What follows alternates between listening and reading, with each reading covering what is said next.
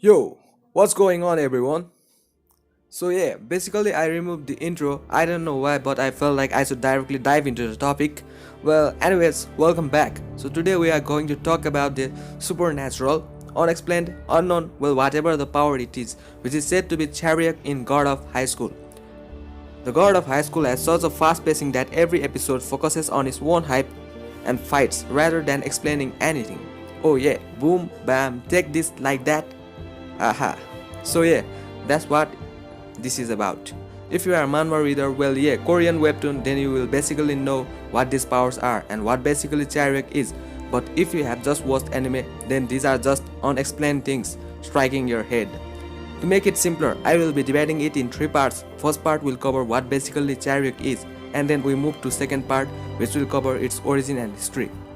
And the third part will cover some variations of Charyeok. But before we begin, make sure to subscribe and ring the bell to get notified about our latest videos and to never miss an updates. Yeah, in the beginning of the anime as well as in manhwa, we see the flattened island and behind that incident was a single person, Park Mujin. And as the story continues, we see several other supernatural power with some variations which is said to be Charyeok. Well, Charyeok basically translates to borrowing power which can be from god, demons or ghosts. Charyeok is when someone makes a contract with a supernatural entity in which the contractor is able to borrow their power. Upon accessing that god's power, they are able to save it through their imagination and empathy as their one unique ability. It appears that whenever Charyeok or divine power is used, it draws energy from users which appears as violet colored energy. Hence, if someone uses their Charyeok for too long, they experience intense fatigue and other physical drawbacks. Most characters in the God of High School have reached the level where they can materialize their Charyeok as a distinct yet connected living entity they can control. Charyeok varies greatly, seeing as how the way it appears depends on the entity giving power, the user's imagination and personality, as well as their own innate power energy. Strength of Charyeok is measured in GP, God points. Charyeok isn't just limited to humans only, gods and demons are also able to use Charyeok as well. So, let's talk about its origin and history. Long ago, humans, monsters, and gods lived on the ancient earth. The monsters sought to rule over the humans whom were far weaker than they and had not yet developed technology on a level to hurt them. Mankind was divided and scattered, living in isolated clans each trying to fend for themselves. Eventually, a chiefess of human clan named Ungnyo appealed to the distant gods to lend them their power. They agreed after much deliberation and thus power borrowing system was born, giving the humans the power to defeat the monsters. However, this initial method of power borrowing had noticeable drawbacks, eliciting Hong Neung to eventually abolish the original power borrowing system, forever changing it into the Charyeok system that is currently present. Breaking taboo allows a Charyeok user to revert to the original method of power borrowing.